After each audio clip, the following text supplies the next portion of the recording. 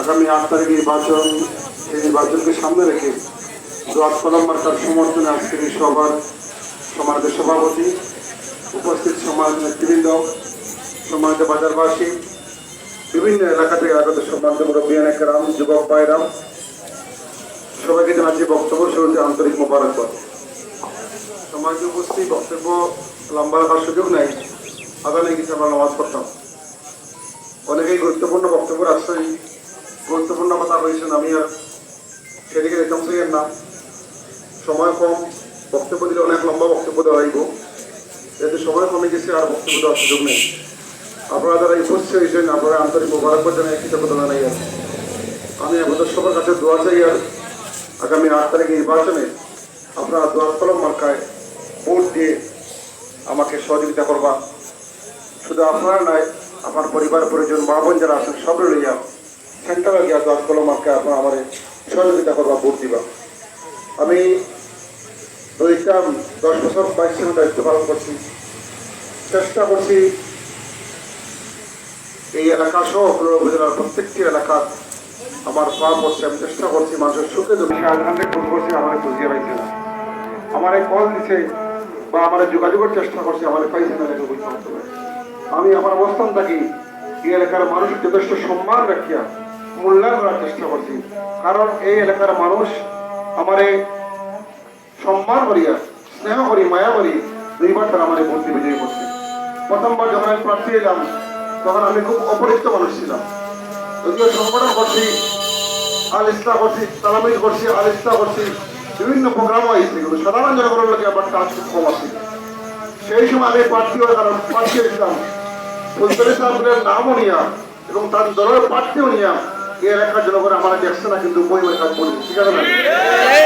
আমি প্রায় 30,000 ভোট পাইছিলাম তখন ওই সময়, আর 8,000 ভোট গেছে কি টাইপ মেশিনে তার বার্কা আছে, কোনো প্রার্থী আছে না, কিন্তু অবুধ গেছে 8,000 ভোট, কারণ টাইপ মেশিনের বই আছে এর দাম, তার কারণে ভুল কমে এই বইগুলো আছে। প্রায় আমি 5,000 উপরে প্রথমবার ভোট পাইছি ভাই মাস করছি। দ্বিতীয়বার যখন খাড়া হইলাম তখনও আমি দায়িত্ব পালন করছি, কিন্তু আমি উন্নয়ন খুব কম করতাম পারছি, কারণ করার তো কম আছি। তারপরেও মানুষ তখন আলিমের সম্মান জানাইয়া, ফুলতলি সাহেবের প্রতি সম্মান জানাইয়া, তার দলের প্রতি সম্মান জানাইয়া এই এলাকার মানুষ করোনা মানুষে আমারে আবারও 5,000 ভোট দিয়ে আমারে অন্য প্রার্থীর লোক আমার 15,000, আমি 5,000 ভোট দিয়ে কাজ করছি।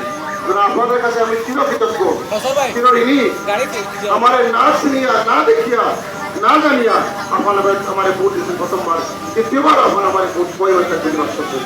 এবার আমি আপনাদের সামনে চেয়ারম্যান পদে প্রার্থী হয়েছি, দোয়াত কলম মার্কালি আপনাদের সামনে প্রার্থী হয়েছি। আপনারা আমার দয়া করিয়া একজন আলিম হিসাবে সম্মান জানাইয়া আপনারা দোয়াত কলম মার্কাতে আমার ভোট দিয়ে সহযোগিতা করতেন। আর ইনশাআল্লাহ এবার চেয়ারম্যান প্রার্থী একটা কারণও আছে, আমি এখন বুঝতে পারছি আপনার দায়িত্ব 6 মাস হয়ে গেছে, আর বেশি হইব।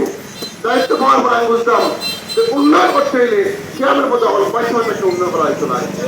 এই জনগণের দাবি মিটাইতে হইলে, সঠিক কাজ করতে হইলে, সঠিক জনগণের প্রাপ্ত হকরে সঠিক দিকে দিতে হইলে, জনগণের হকরে তার কাছে বুঝাইতে হইলে এই পদে হওয়া দরকার না, জনগণের হক জনগণে পান না।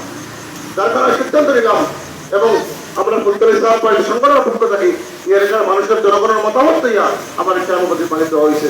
সংগঠনের পক্ষ থেকে আমি একমাত্র একক প্রার্থী করার উপজেলা, যার কারণে উন্নয়নের লাগি, মানুষের ন্যায্য পাওনা বুঝিয়ে দেওয়ার লাগি, মানুষের হকতে তসরুফ না হয়, সঠিক জায়গায় যদি মানুষের কাজগুলো হয়, সেই লক্ষ্যে আমি অনুমোদন করেছি।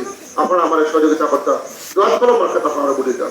আমরা এই উপজেলার 6 জন প্রার্থী চেয়ারম্যান করাইছি, আমি সে 6 জন, আর 3 জন প্রার্থী দাঁড়াইছেন। আমি আমার বক্তব্য জনগণের সামনে দিয়ে আর 3 জন প্রার্থী জনগণের সামনে বক্তব্য দিলাম।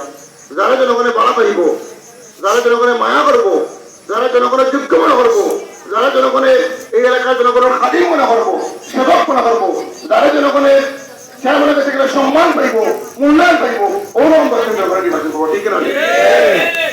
আজকে সময় আইছে, সময় কম, যারা প্রার্থী হয়েছে তারা বক্তব্য দিলাম, কিন্তু মাঝখান থেকে আমার বিরুদ্ধে কিছু বক্তব্য শুরু হয়ে গেছে। আমরা হইবে যে অফিসে আমি এসে গেলেন না, 2টা পয়েন্ট আমার বাকি রয়েছে, আমি না হইলে আপনারা ক্লিয়ার লিখতে নাই। একটা পয়েন্ট হইলে আমার মার্কা আছিল ওই মার্কা, এখন